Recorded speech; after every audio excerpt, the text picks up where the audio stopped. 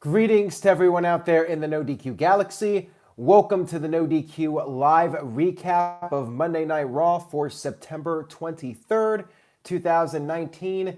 This was the season finale of Monday Night Raw. Yeah, next week is the season premiere with a brand new logo. Well, not really a new logo, but WWE did update the logo for Monday Night Raw next week.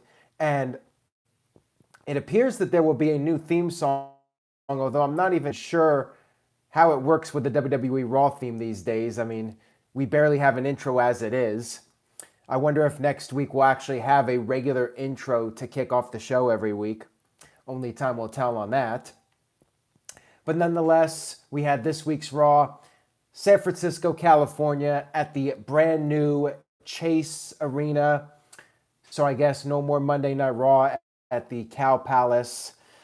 That arena was really fun to attend for the New Japan show last year, but it was a very outdated arena, and I think it's about time that San Francisco finally has a new arena.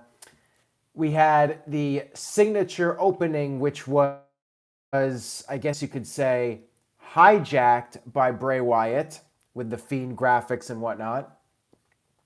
You had Seth Rollins come out to cut a promo. He talked about everything that went down with Bray Wyatt, how it's the living embodiment of a nightmare.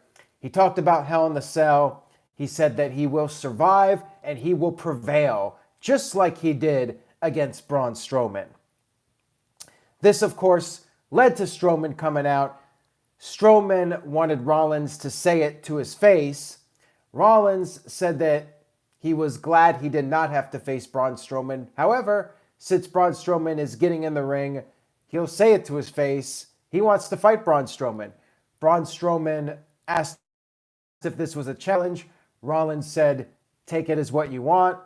And Strowman then said, "Well, tonight it's going to be you and me, and you're going to get these hands." We had the OC come out, AJ Styles, Anderson, and Luke Gallows. Anderson and Gallows have brand new entrance music, some kind of screamo song. Not really sure how to describe it. What did you guys think about the new music? Leave a comment in the chat room and on the comment section.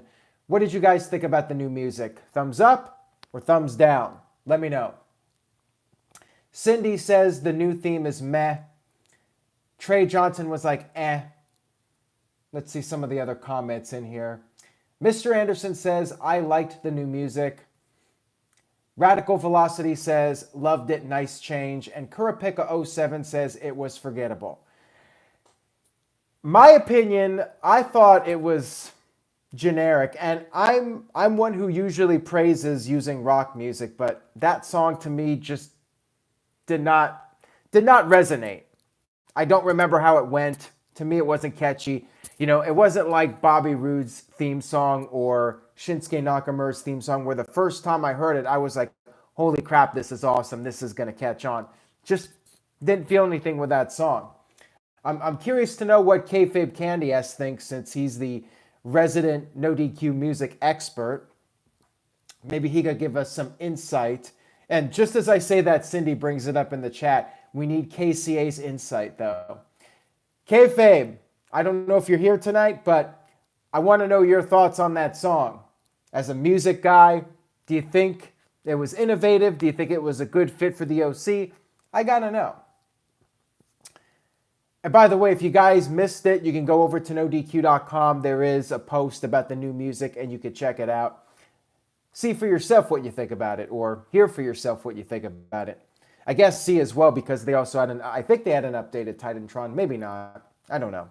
I really wasn't paying that much attention to the actual Titantron. I was so focused on the music. Anyways, we had the match, Viking Raiders versus the OC. AJ Styles got sent to the back, and then he was attacked by Cedric Alexander. So apparently that's still a thing, despite Cedric losing a bunch of times. I guess he still has a vendetta with AJ Styles. Whatever. Viking Raiders picked up the win with the Viking experience. So the new music for the OC meant absolutely nothing. Did not result in them getting any momentum. They take the L, the big L, to the Vikings. We had a bunch of interviews to set up the Fatal 5-Way match, which the winner of this match would be getting a Universal Championship opportunity against Seth Rollins on next week's season premiere of Monday Night Raw. Shout out to Caitlin and Aaron, who are in the chat room right now. The ladies of NoDQ, all in the house. We got Cindy, Caitlin, and Aaron all in the chat room right now. Bobby Roode was interviewed, talked about how his victory will be glorious, yada, yada, yada. We had Michael Cole do a sit-down interview with Becky Lynch, talking about Sasha Banks' hot streak. Becky said she's glad that Sasha's doing well because she wants Sasha to be at her best.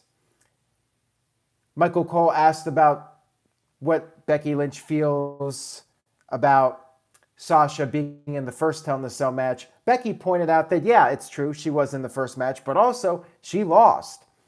And then Becky finished up the interview by saying that Sasha will have her chance at Hell in a Cell, and she better take it because Becky is damn sure going to take her chance to finish off Sasha once and for all.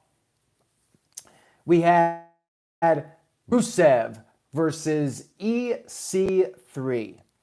Poor EC3. The guy's not over. I get asked the question every week. Nobody cares about EC3, and this match did him no favors. No entrance, nothing for EC3 except a little graphic. Crowd chanted, "We want Lana," and then they chanted Rusev Day, and it was basically a squash match. I'm not even sure if EC3 got any offense in this. He basically just got destroyed. Mashka kick, accolade, stick a fork in EC3, he's done. Might as well go back to TNA at this point, or Impact Wrestling, whatever you want to call it. We had Rey Mysterio interviewed about the 5-Way, talked about his son and how his son prevented him from retiring, bringing that up again, and then added that the match, he knows that his son is watching the match, so he decided to dedicate the match to his son. At this point, I'm figuring Rey Mysterio is probably winning the match. He's dedicating the match to his son, and WWE was making a really big deal out of this. And I would be surprised to see Rey Mysterio lose when this whole storyline is he was on the verge of retiring and now he's on his redemption back to the top. Although, what's going to happen next week? Wait, did I spoil it? I haven't talked about who won the 5-Way match, so scratch what I just said. Pretend you didn't hear it. Although I'm sure a lot of you watching already know the results. But if you don't, forget what I just said. It never happened. Okay, next up we had Sasha Banks versus Nikki Cross. And you had Bayley and Alexa Bliss on the outside. Pretty long match here. Nikki was on the verge of perhaps winning with the neck breaker, but then Bayley got on the apron, interfered. Alexa went after Bayley, and then Sasha reversed Nikki's top rope cross body and put the Banks statement on to tap out Nikki Cross. And then Sasha took out Alexa Bliss with the Banks statement as well. Next week, it's going to be Sasha one-on-one with Alexa, so we'll see if Sasha can keep the momentum going heading into her match against Becky Lynch at Hell in a Cell, which I would assume she will.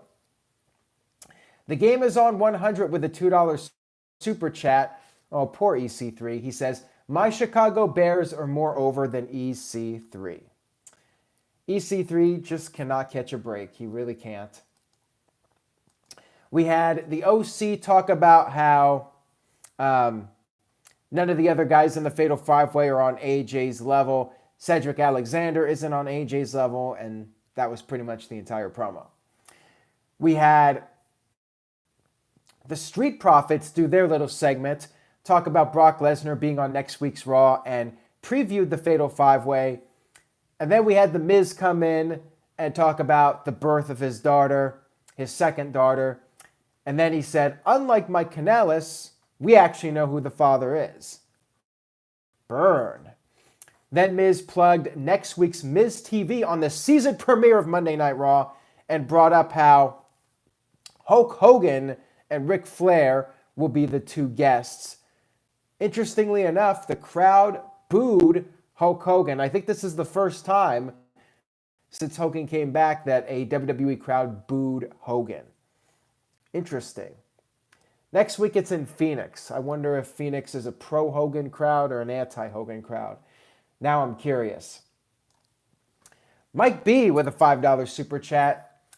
$5, which means Mike B is the brand new No DQ 24/7 hardcore international worldwide champion of the world of the No DQ galaxy and beyond. He says, just stopping by to give you a donation. I'm off to bed. Have a great night, Aaron and the No DQ galaxy. Love you all. And he gives the thumbs up and the peace. Thank you for that, Mike B. Much appreciated. And congratulations on being the champ. We had Lacey Evans versus Ember Moon. Ember had a little bit of offense. She got a stunner on the outside and almost won the match, but Lacey kicked out of the stunner on the outside, and then Lacey hit the women's right, but instead of going for the pinfall to send a message to Natalya, she put the sharpshooter on, and that was all she wrote. Stick a fork in Ember Moon, and she's done. Aaron is like, I hate that Ember lost. Yeah, I feel bad for Ember. I say this every week, it seems. I feel like she was such a missed opportunity. I really felt WWE could have done something with her. Lacey, I mean, she had her run, and she's doing a good job with kayfabe, you know, with the whole getting pulled over by a cop and acting like she's staying in character while she's being pulled over. But then people were getting all worked up about it, and she had to release a statement saying, well, the whole thing was actually staged. I mean, good for Lacey that she's still getting pushed, but yeah, I feel bad for Ember. Ember could have really been something, and she's just going nowhere fast. However, as Tic Tat Tat points out, Ember Moon still more over than EC3. We had a Firefly Funhouse segment. A photograph of Kane, which was vandalized, was added to the wall of Bray Wyatt victims. You had Husky the Pig and the Rambling Rabbit fighting over a Seth Rollins figure, and Bray wanted to make it so they would share. Sharing is caring. So therefore, Bray Wyatt broke the figure and gave them each a piece of Seth Rollins. We had R-Truth and Carmella come to the ring. They were being chased by the usual crew, although not Bobby Roode anymore since he's getting push number 536 in WWE. You had Carmella say she's tired of being chased around. It's been happening for the past 4 months, but it was all a swerve on her part to distract R-Truth. She rolled up Truth and pinned R-Truth. After all this time, she finally takes advantage of R-Truth and is your new WWE 24/7 champion. R-Truth forgave her, of course, and actually helped Carmella escape all the guys. And there you go. Carmella, your new 24/7 champion. And R-Truth is still cool with her.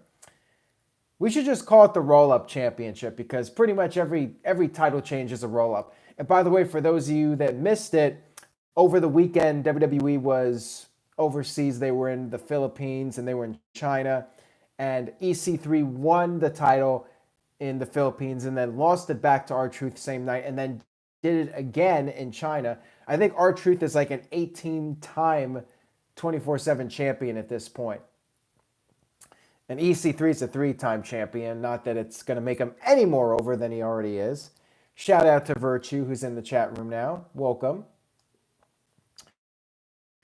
We had Sasha cut a promo on Bayley, said Sasha is only concerned about winning her championship from Becky Lynch, and she's going to prove that even though Becky is the man, she ain't a legit boss like her. We had Baron Corbin come out for a rematch with the King of the Ring runner-up, Chad Gable. Baron Corbin had a new entrance. He had his music mashed up with this royal music, which was pretty lame in my opinion. I feel like this is going to become, it's going to be Wade Barrett 2.0. He came out with a crown, the scepter, a robe, all that stuff.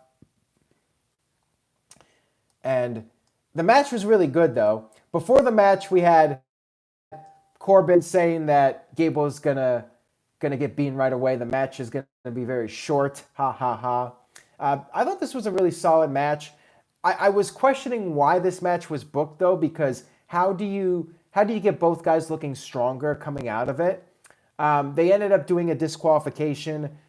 Gable was getting a lot of offense on Corbin. Corbin was getting frustrated. He could not put Gable away. He argued with the referee. Gable ended up getting the ankle lock on, and then when Corbin was close to tapping out, he grabbed the scepter and nailed Gable with the scepter to cause the DQ.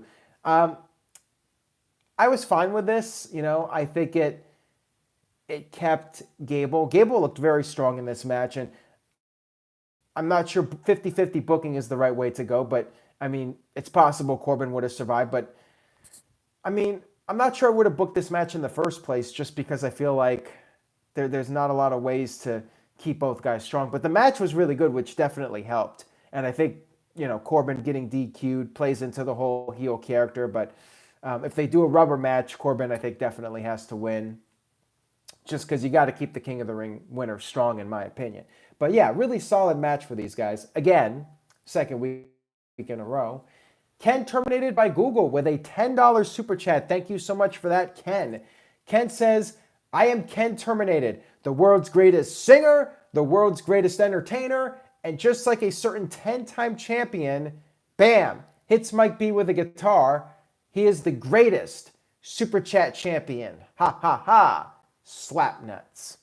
Congratulations, Ken terminated by Google. Taking a page out of Double J Jeff Jarrett's playbook to become the new NoDQ Super Chat champion. We had another AOPP video, and then they abruptly left the room where they were talking and went into the hallway to beat up Heath Slater and another guy. I think it may have been No Way Jose, but I'm not sure. Anyways, AOPP beat up a bunch of guys and then went back in the room to finish their promo. And then Ricochet cut a promo for his match talking about how he wants to prove that superheroes are real. And then all of a sudden his music hit and he seemed a little bit flustered, but finished the promo and walked off. Poor Ricochet. The guy's not very good on promos to begin with. And then you screw up with the music and you throw him off. That's the last thing he needs. Don't do that to poor Ricochet. Still more over than EC3. Sir Reno on the urinal with a $5 super chat says he uses the flusher plunger to the face to Ken terminated by Google for the 3 count to become the new reigning and defending NoDQ super chat champion of the world. Congratulations to Sir Reno on the urinal. Interesting username, if I may say so myself. And then looks like that was a very short reign here. Ha ha ha. No, Chad Gable did not win the championship, but from the NoDQ review, Rob Klein with a $5 championship donation says, check out the review this week. Also at NoDQ Vice should be a mod. And then he says EC3 is greater than Natalia. Ooh. What do you guys think about that one? Is that a little bit too controversial of an opinion? Is Robert Klein the smartest guy in the room or the biggest idiot? Let him know. Let him know what you think. And congratulations, Rob Klein, on being the new NoDQ Super Chat champion of the entire NoDQ galaxy. Very short reign for the urinal. All right, so we had the Fatal 5-Way match. We had Bobby Roode versus AJ Styles versus Ricochet versus Schinsky Nakamura versus Rey Mysterio. Really good match here. Pretty lengthy match. It was an elimination match. I'm normally not a fan of these drawn-out matches. I think it's just meant to be time filler, but I thought it was really solid. Good stuff with these guys, as you would expect, considering the people involved. Bobby Roode taking a little break right off the bat as the other 4 guys fought, and Ricochet, Rey Mysterio doing all their flashy moves. You had one moment where AJ Styles and Robert Roode were facing off. Crowd, there was a very light TNA chant, but it did pick up on the mic and you could hear it on television. Schinsky Nakamura eliminated Ricochet. So Ricochet was the first person out via the Kinshasa. And then you had AJ Styles pin Nakamura with the phenomenal forearm. Robert Roode, pinned AJ with the glorious DDT, which I thought was interesting. I mean, good for Roode. He's picking up some steam here. But then it was Rey Mysterio with the 619 and the big splash to defeat Robert Roode and become the new #1 contender for the Universal Championship. And he will be facing Seth Rollins next week. So one thing I did not like about Seth Rollins and Braun Strowman being the main event. My thought process on this is it's not for the title. You're doing a 5-way. So why do I even care about this match? Nothing's on the line, and Bray Wyatt's probably coming out interfering anyways.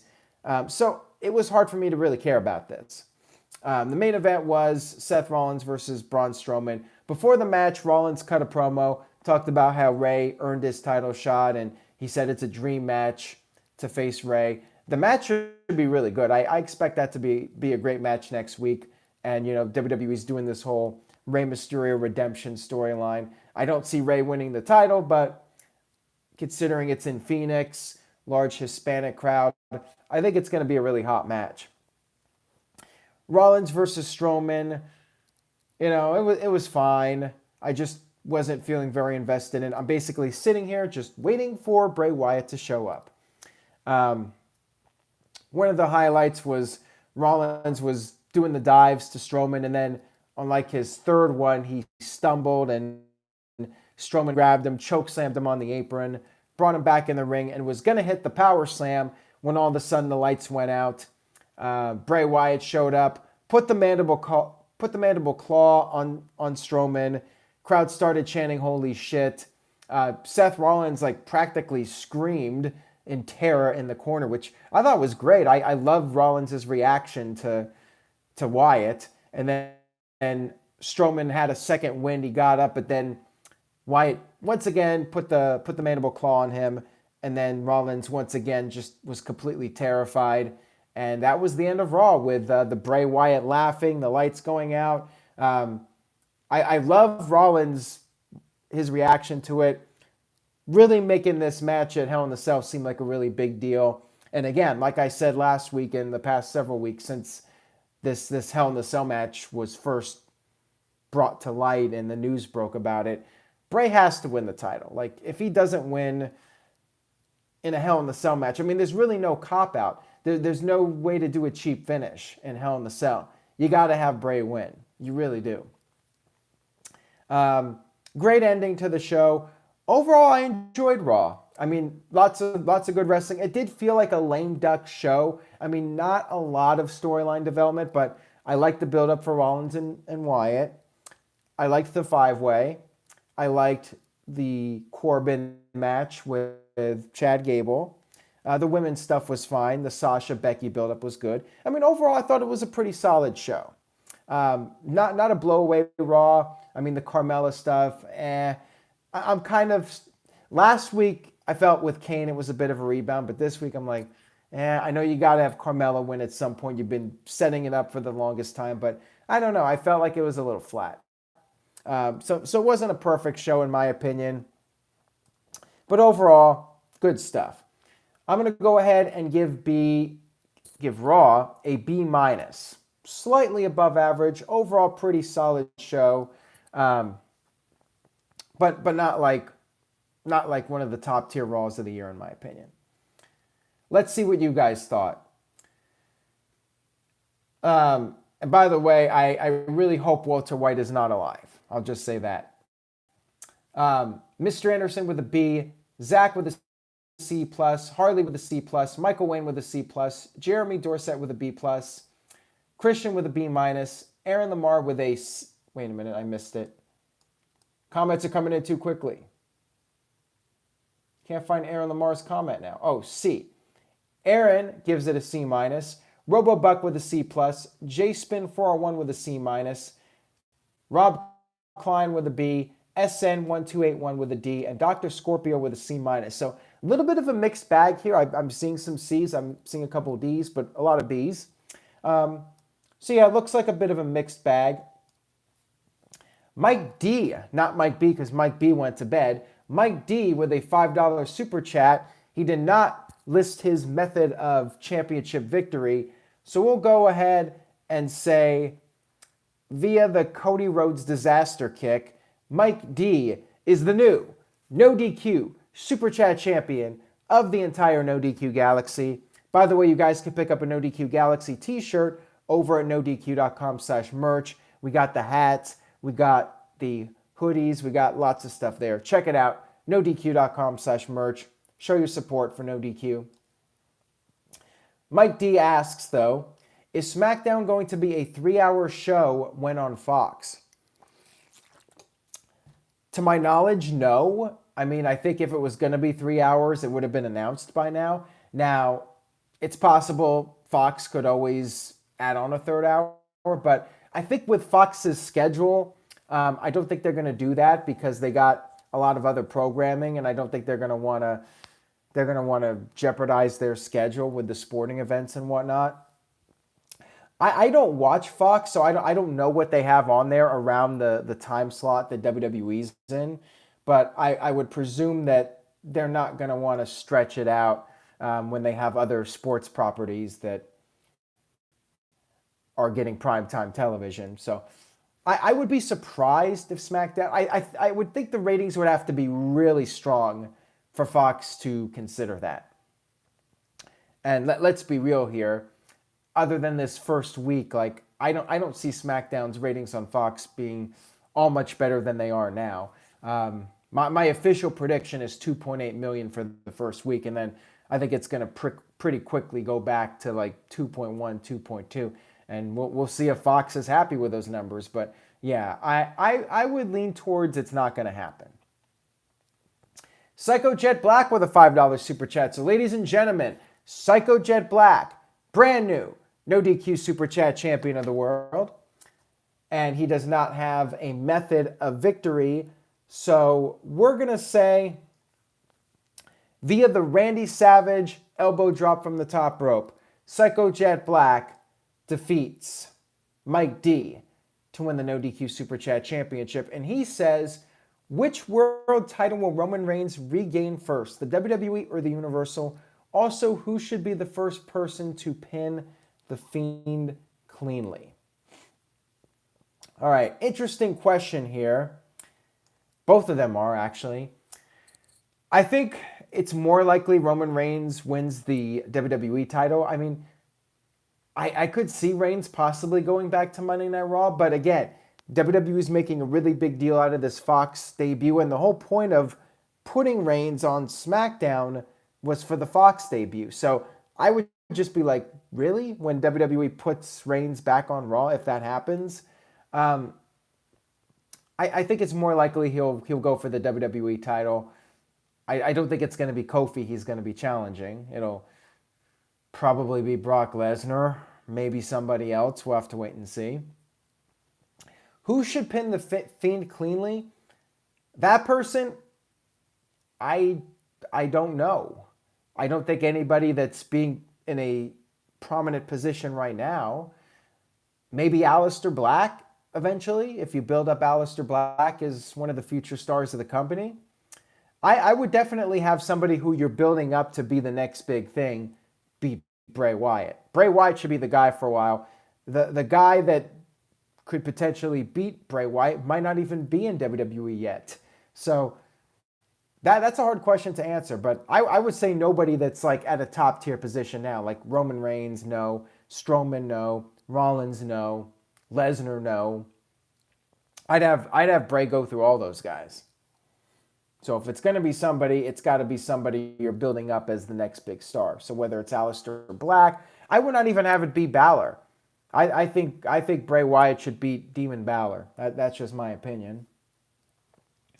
Mike D with a $5 super chat. So Mike D, once again, the No DQ super chat champion of the world. And since he's asking about Bray Wyatt, we'll say that the Fiend, the Mandible Claw, makes Mike D the new No DQ super chat champion over Psycho Jet Black. He says, will the Fiend take out Hogan and Flair next week? Absolutely, he should. I mean, I love this gimmick of Bray just taking out all the legends one by one. You might as well. Unfortunately, Steve Austin would not do the honors, but perhaps Hulk Hogan will. Hogan doesn't have to take a bump. I mean, that's the cool thing about the Mandible Claw. You don't have to take a back bump for it. You can have the lights go out. Hogan can crawl to the ground and start selling, or Ric Flair can. I mean, I feel like it's more likely it'll be Flair than Hogan. Maybe it'll be both. Maybe Hogan will get beat up by Bray. I mean, how cool would that be if Bray beat up both of them in one segment and you had Hulk Hogan and Bray Wyatt both laid out on the ground and Bray Wyatt standing between them? That would be epic if that happens. Like, I would love that if he did that. Very, very nice idea. The question is, will that actually happen, though? And we have Sir Reno on the Urinal with a $5 super chat. Once again, becoming the No DQ super chat champion. He has no comment. So again, I'll have to assign him a move, I guess, via the Ultimate Warrior running splash to Mike D. Sir Reno on the Urinal is your new No DQ champion of the world, Warriors.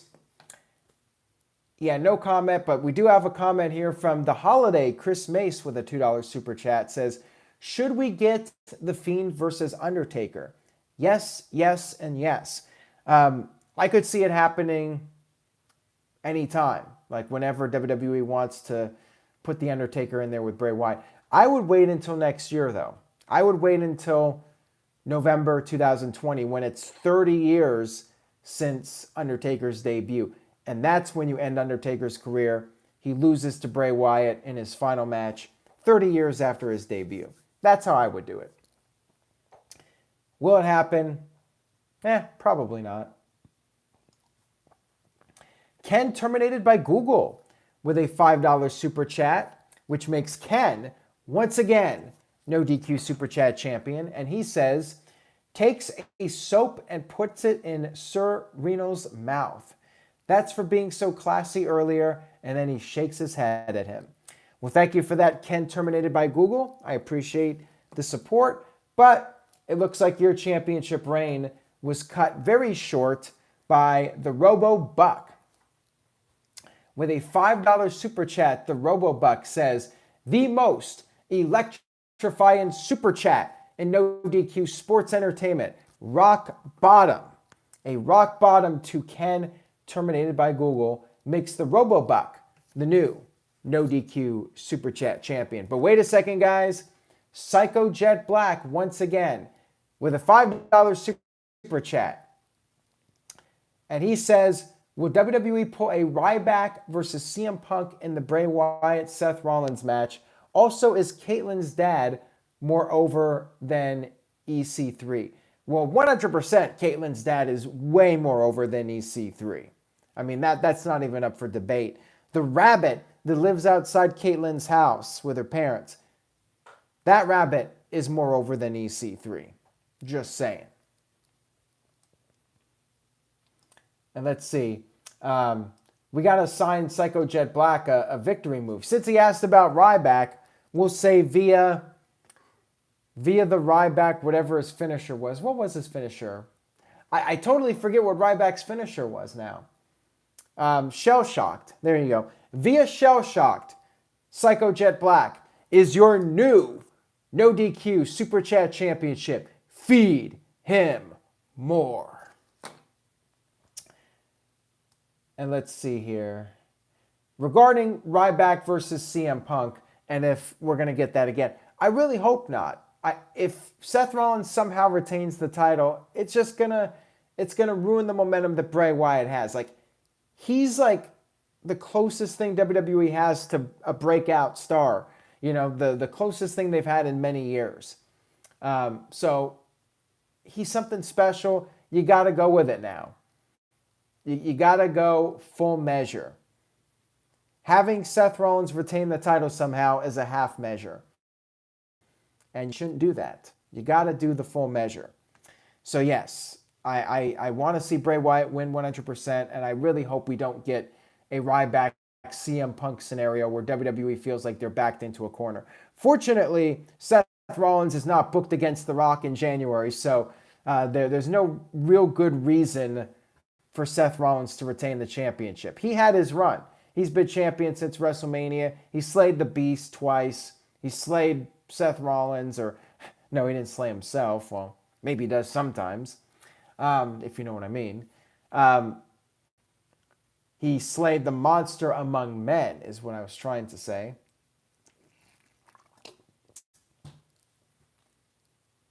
And as Christopher May says, the Fiend is white hot.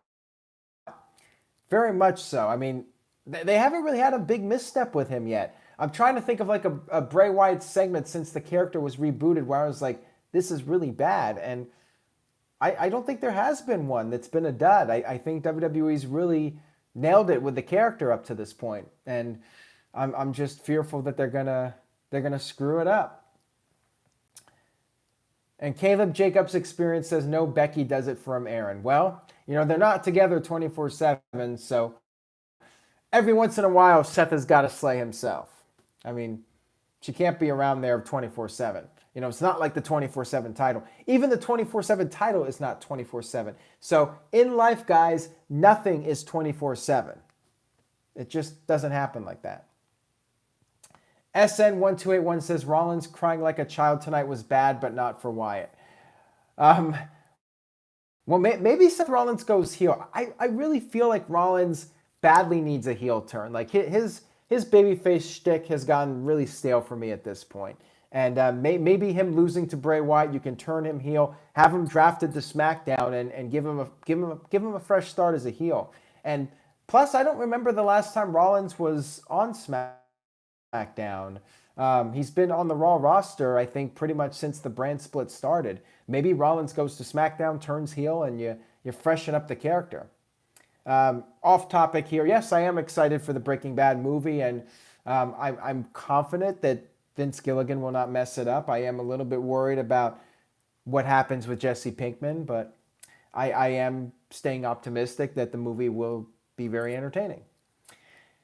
So on that note, I will go ahead and wrap up this week's video for Raw. Tomorrow night is the final Tuesday night NoDQ stream, because starting next week, I will be doing Friday nights, and that one will be fun. Friday night, October 4th, NoDQ live recap of SmackDown.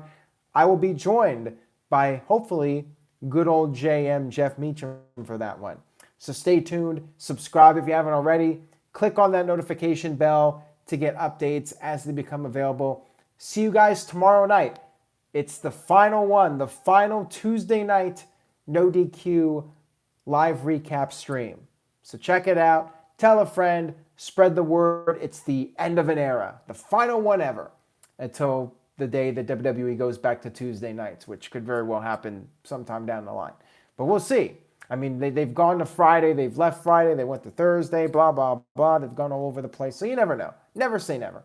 Maybe one day there'll be Tuesday nights again for NoDQ live recaps. But for the time being, tomorrow night's the last one. See you guys then. Take care.